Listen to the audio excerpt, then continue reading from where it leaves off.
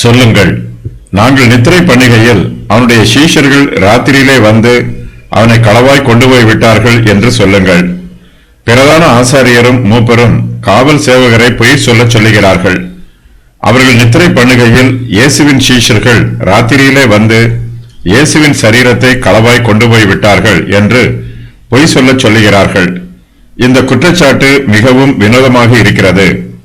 சேவகர்கள் நித்திரை பண்ணும்போது அங்கு என்ன நடைபெறுகிறது என்பது அவர்களுக்கு தெரியாது. அவர்கள் நித்திரையாக இருக்கும்போது கல்லறைக்கு யார் வந்தது என்பதை அவர்களால் கண்டுபிடிக்கவே முடியாது.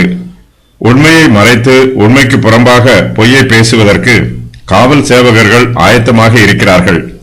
இவர்களை பிரதான ஆசாரியரும் மூப்பரும் தங்களுடைய துன்மார்க்கமான யோசனையை நிறைவேற்றுவதற்கு பயன்படுத்துகிறார்கள். நாங்கள் நித்திரை பண்ணுகையில் அவனுடைய சீஷர்கள் ராத்திரியிலே வந்து அவனை களவாய் கொண்டு போய் விட்டார்கள் என்று சேவகர் சொல்லுவது ஒரு பொய்ச்சாட்சியாகும்.